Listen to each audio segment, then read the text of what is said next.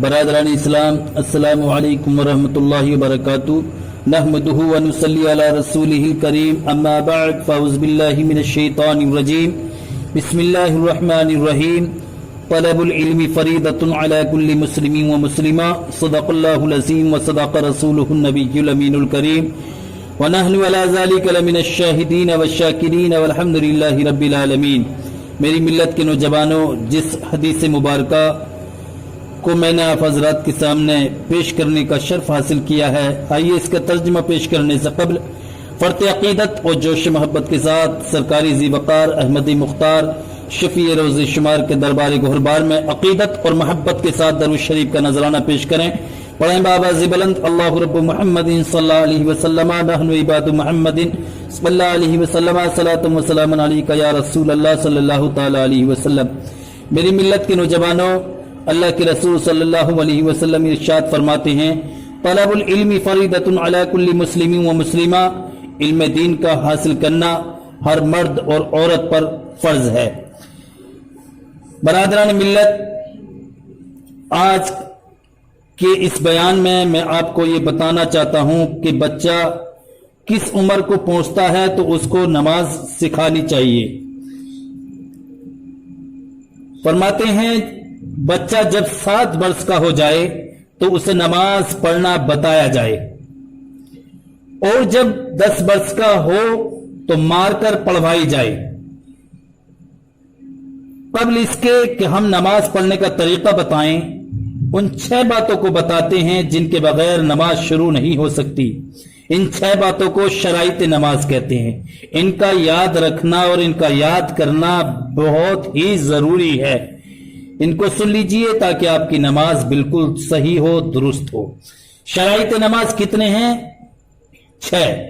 Number 1 طہارت، number 2 ستر عورت، number 3 وقت، نمبر 4 استقبال قبلہ، نمبر 5 نیت، نمبر 6 تکبیر تحریمہ۔ پہلی شرط یعنی طہارت، اس کا مطلب کیا ہے؟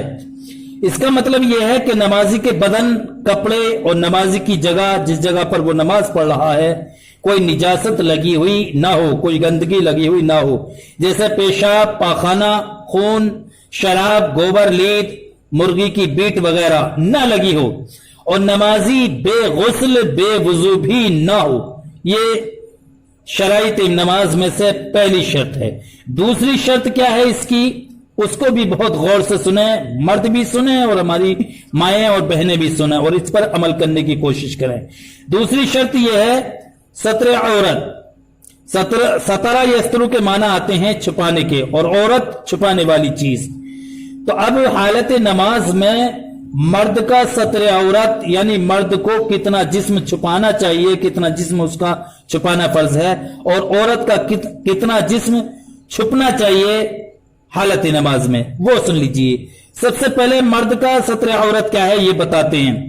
مرد کا بدن ناف سے لے کے گھٹنوں تک ڈھکا ہو، ناف سے لے کے گھٹنوں تک ڈھکا ہوا رہنا چاہیے، گھٹنے بھی کھلے نہ رہیں، اور عورت کا تمام بدن ڈھکا ہوا ہو، پورا جسم عورت کا حالت نماز میں ڈھکا ہوا ہونا فرض ہے، سوائے منہ کے اور ہتھیلی کے، یعنی منہ کھلا رہے، چہرہ کھلا رہے اور ہتھیلی کھلی رہے، اور ٹخنوں تک پیر کے، یعنی ٹخنوں تک پیر بھی ڈھکے ہوئے ہونے چاہیے، اور ٹخنے بھی ڈھکے ہوئے رہیں۔ سمجھ میں آئی؟ بس کیا ڈھکا ہوا نہ رہے؟ چہرہ کھلا ہوا رہے، دونوں ہاتھوں کی ہتھیلی کھلی رہے، اور پاؤں کے جو تلوے ہوتے ہیں، دونوں پاؤں کے تلوے وہ کھلے رہیں۔ باقی حالت نماز میں عورت کا پورا جسم ڈھکا ہوا رہنا چاہیے، اور اگر ڈھکا ہوا نہیں رہا تو اس کی نماز نہیں ہو سکتی۔